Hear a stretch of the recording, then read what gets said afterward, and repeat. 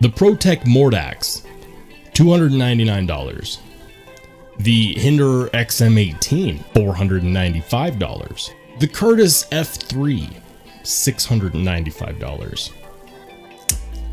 The Kershaw Launch 15, $145. How's it going, everybody? I'm Rollshambo, the connoisseur and collector of all things sharp and shiny. And if you haven't caught on, I'm talking about USA Made Magnacut knives. CPM Magnacut is the hottest blade steel ever since it came out. Everybody's wanted it. It's an amazing super steel that just hasn't been very available until now, because we're at a point where manufacturers are starting to get it. People want Magnacut and they're willing to pay for it. And so it's been difficult to find more affordable, more attainable knives with Magnacut, especially knives made right here in the US of A. So when I saw that Blade Ops had this guy, the Kershaw Launch 15, an American-made out the side switchblade with Magnacut for $145, we had to check it out. Shout out to Blade Ops for making this review possible. And if you decide that you want to pick one of these up and support the channel, you can do both by clicking on the links in the description and or pinned comment below. Today we're going to find out just how good or bad the Kershaw Launch 15 really is. Let's go.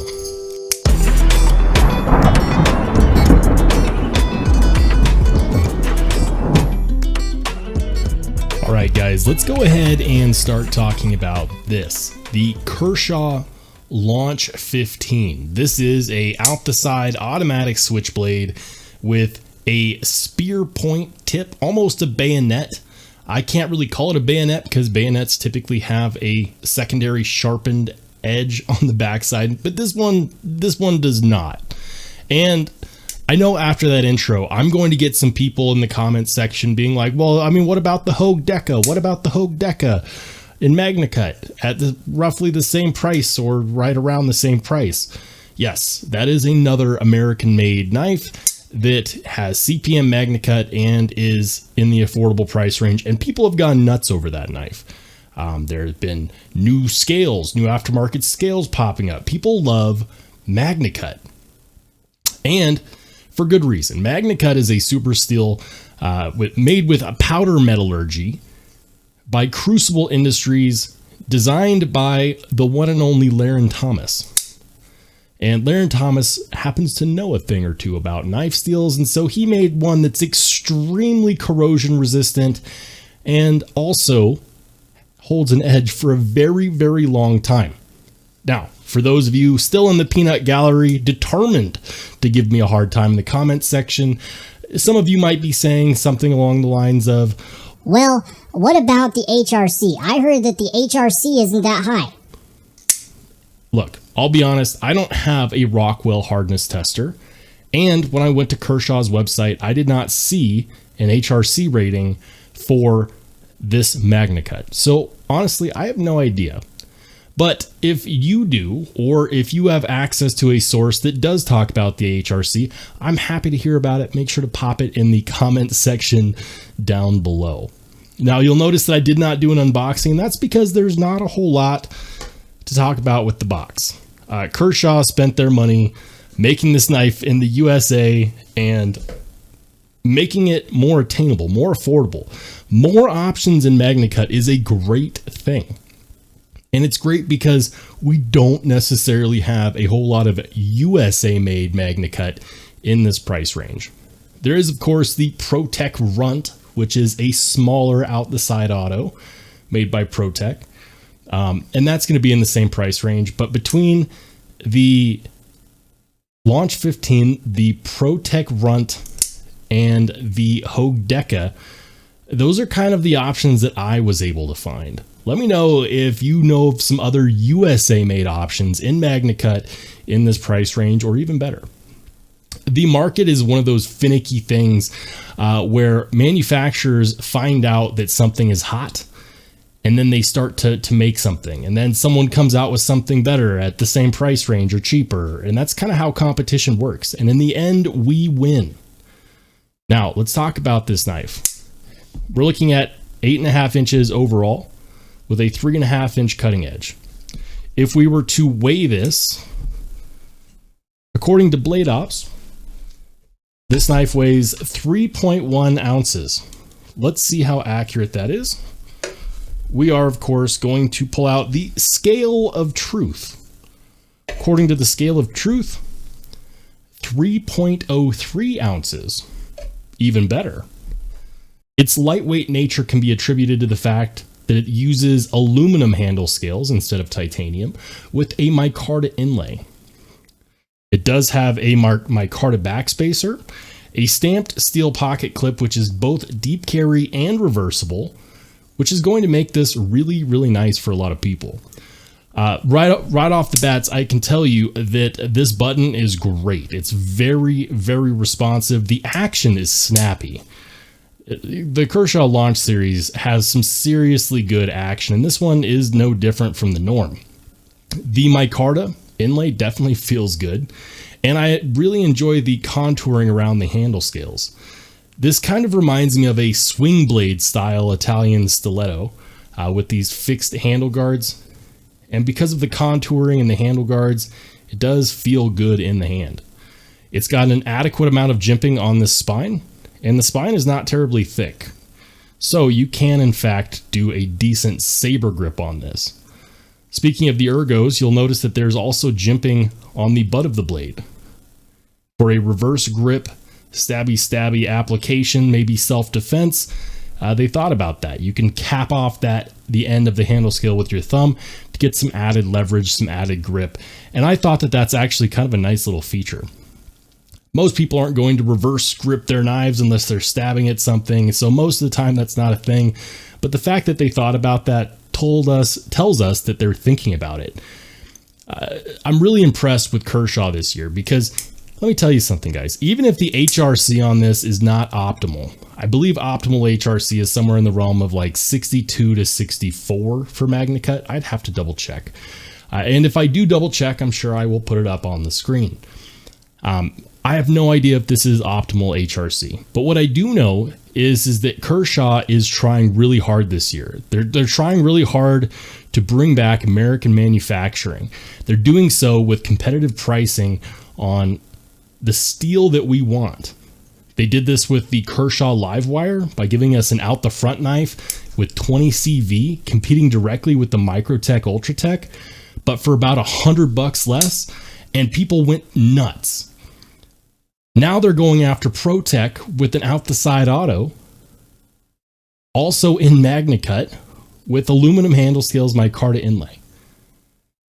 It even has a backspacer. Look at that. I mean, that's phenomenal. I even like this pocket clip. I think that pocket clip works really well. Now, it's not all sunshine and roses.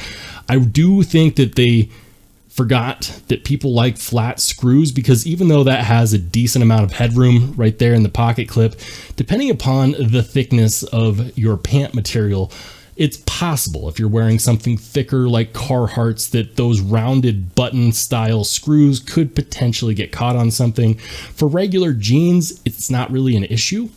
And it doesn't cost any more to give us flat screws right there. Why not give us flat screws? I'm okay with the dome screws everywhere else, which, by the way, there's only 2 plus the 2 in the pocket clip. You could, in fact, take this knife apart. I don't suggest it unless you have done some research and know how to take apart an out the side automatic knife. Springs make everything different. And yes, I've taken out the side automatic knives apart, and I can tell you that it always seems easier than it is, and it's not something that I suggest for everybody. So, you know, your mileage may vary. I'm really enjoying this black wash finish right here on the blade. This particular black stone washed worn finish looks kind of battle worn, and I think it looks great. It's also something that's going to stand the test of time. And you know what? I'm not even mad at the billboarding. I'm not mad at the billboarding that says Magnacut and KAI USA. You know why? Because it's about time. It's about time we got some competition here in the United States for knives like this. It's about time we started driving the price down, started innovating, started giving people options. Because even if you don't like this knife, the best part about it is that you don't have to. You don't have to like this knife. What it represents is that there's fight left in American manufacturing. Personally, I love this. I love the blade shape. I like how it almost looks like a dagger, but not quite. It almost looks like a bayonet, but not quite.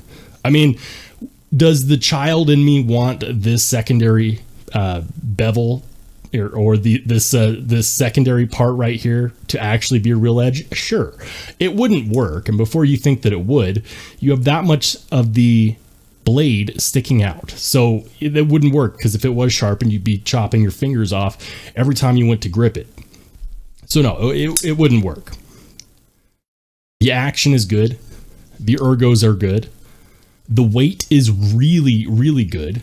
The materials, for what it is, for being an automatic switchblade, Magnacut, micarta inlay, and just check out how good that inlay is. There's no major gaps there. It's great. The micarta feels good as well. Something else that I do want to mention is this button. Now, anytime you have a spring-loaded knife that depends on a button to fire, the immediate thought is, well, I don't want this to go off in my pocket. That button is almost flush with the handle scales, which means that to deploy this, you have to intentionally press down. Here we go with the flat of my thumb pressing down. I cannot get this to release. So you don't have to worry about it going off in your pocket, because you have to press it with the tip of your thumb and then it'll fly out. It makes all the right noises. It looks good, and it's in the heavily attainable price range of $145. Maybe you don't want a Hogue Deca. Not everybody does. Maybe you want an out the side automatic switchblade that's full size. If that's what you want, this is your knife. Now, at $145, I think that this is a great price. The things that I would mention are, if you really care about optimal HRC ratings, I have no idea if this is in the optimal HRC range. I did look. I have not been able to find anything of people actually testing Kershaw's Magnacut. Maybe I'm just not looking in the right places, but I can tell you that at the very least, this represents one hell of a good start. But let me know what your thoughts are in the comment section down below. Are you going to pick up one of these? Have you already picked up one of these? Let me know. If you liked the video, make sure to give it a thumbs up. If you didn't like it, boo-hoo, you know what to do. And if you want to check out more awesome knife content just like this, make sure you hit subscribe and tap that notification bell. I'm Rollshambo.